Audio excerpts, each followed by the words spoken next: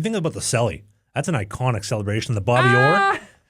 I know no, it wasn't the Bobby. Oh, no, that wasn't the Bobby Orr. This was intentional. Bobby Orr didn't trip on purpose. He didn't fly through the air on purpose. That was a perfect moment. Ovi, I think he thought about it. I think he knew what he was going to do. Oh, 100%. I don't see any of the fake news mainstream media talking about that. The Ovi celebration was the Chaz Michaels, the icy hot super slide. Check out this, McElroy. I think it actually hurt him more than he's willing to admit.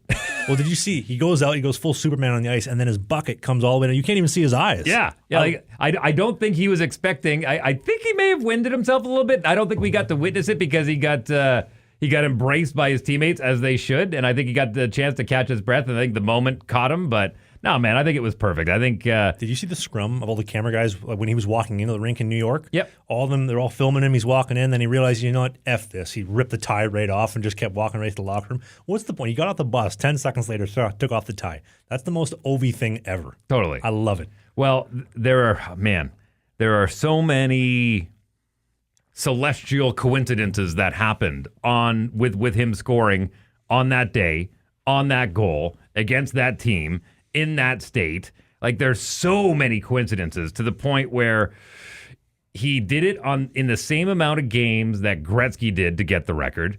He did it on the same day that Gordie Howe scored his last NHL goal with the Hartford Whalers to set the 801 record.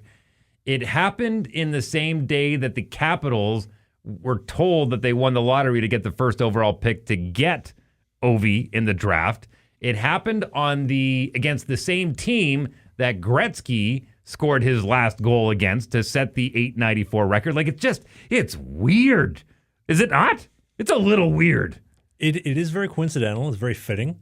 I'm surprised nobody's talking about the hits record, though. He's third all-time in the NHL in hits. Forget about the goals. Over 1,400 hits, and the fact 04-05 lockout he missed.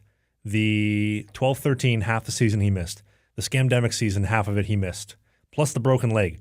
Think of where he would be if he had played all those games. That's probably close to 180 to 200 games missed because of the greatest commissioner in the world locking the players out. Well, and it's funny you say that because a lot of people are like, oh, the hardest record to ever beat in hockey. I don't know, man. I think Wayner's assist record is a little higher of a benchmark. Like, he's 700 ahead of anybody else. Well, and the only active player that's even close to him is Sidney Crosby, and he's 900 behind him. What about points, though? Just shy of 3,000 points. Who's going to get that? Nobody. Yeah.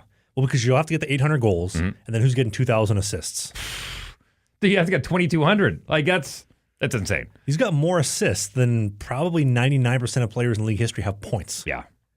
It's never going to be touched. It's crazy, man. You know what? I think McDavid may have a chance if he keeps up at this level. He may have a chance to brush by it. I don't think it's impossible. He hasn't had as many 50-goal seasons, though. No, but the assists. Okay, very true. Yeah. But the style. Yeah. Ovi's style is iconic. Mm-hmm. We got a lot of attraction on that clip the other day when we were talking about his style with the skate, the yellow laces on the skates, the skate laces from the pants hanging down all the way down to his knees. A lot of junior players ended up picking that up as style in the early 2010s. Sure. The skate lace belt, the half-tinted visor, the rolled-up gloves, the elbow pads, the nasty banana curve stick that obviously was too hot on the one celebration in Tampa. Just what an iconic player, one of my favorite players, even as a goalie. And to Ovi, congratulations, man. Shout out to Sid Crosby, who I think has been very gracious through all this, especially he's talking about beef earlier, a lot of the beef that Ovi and Sid have had. And my old roommate, Leah Hextall, got to sit down on the bench with Sid and ask him about the day that he tied the record. And I love the fact that Sid not only acknowledged him, but said he had a chance to get the hat trick after the game, towards the end of the game, too. Like, I love that it's probably done by now, but the fact that they're going to be their final game, it'll be coming up this week. The final game is in Pittsburgh. In Pittsburgh, Washington and Pittsburgh playing against each other. I love that. Did you notice the Caps fans, after Ovi got two in the second period or the third period, every save Spencer Knight made on him with Chicago, they were booing him after every single save.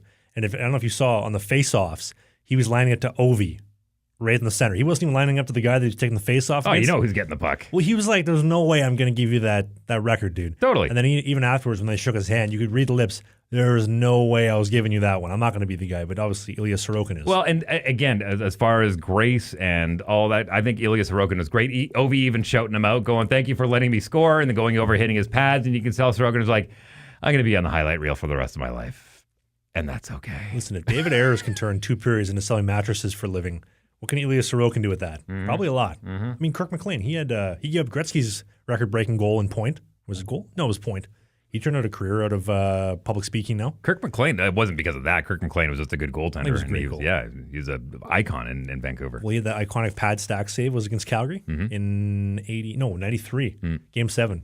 And then Pavel Bure scored the overtime winner against Calgary. Man, my memory's pretty sharp for a guy who wasn't even born by then. Pretty good. I didn't even think I was a twinkle in my dad's eye. That would have been 3.5 and change beforehand. Congratulations, Ovi. If you haven't gotten to 900 already, I'm pretty sure you will by the end of the season. Like, it's incredible how he's able to perform at 39.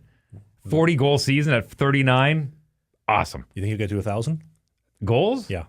No, I think he's done after this year, man. Hey, more hockey content. It's might be old, it might be new, it might be a full episode, it might be a half episode, but you can click these boxes because who doesn't like clicking boxes?